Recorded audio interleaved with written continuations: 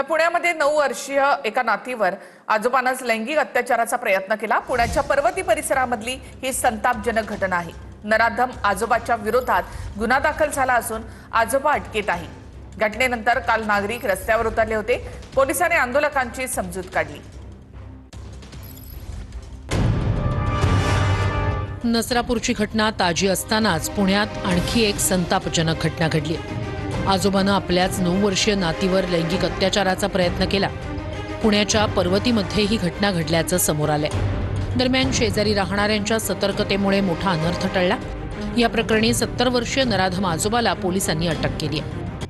मिळालेल्या माहितीनुसार नराधम आजोबानं पोटच्या मुलीच्या मुलीवर अत्याचाराचा प्रयत्न केला।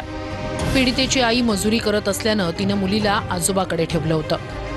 पीडितेचे आई वडील घराबाहेर गेले असताना आजोबा आणि नात घरात होते। यावेळी घरातून मुलीच्या ओरडण्याचा आवाज ऐकू आला। शेजारी राहणाऱ्या महिलेनं संशय आल्यानं घराच्या फटीतून पाहण्याचा प्रयत्न केला। यावेळी चिमुकलीवर अत्याचाराचा प्रयत्न सुरू असल्याचं निदर्शनास आलं। यानंतर दार उघडल्यानंतर संतप्त नागरिकांनी आरोपीला मारहाण करण्यास सुरुवात केली। घटनेची माहिती मिळताच पोलीस घटनास्थळी दाखल झाले। पोलिसांनी आरोपीला नागरिकांच्या तावडीतून ताब्यात घेतलं। सख्खे आजोबा आपल्या नातीवरच अत्याचाराचा प्रयत्न करणं, काय म्हणावं याला?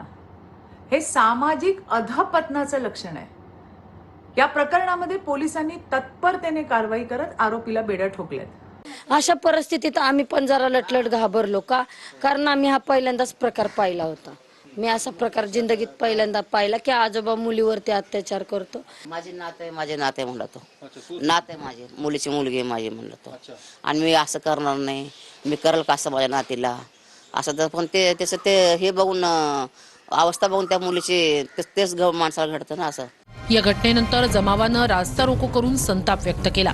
पोलिसांनी संतप्त नागरिकांची समजूत काढण्याचा प्रयत्न केला।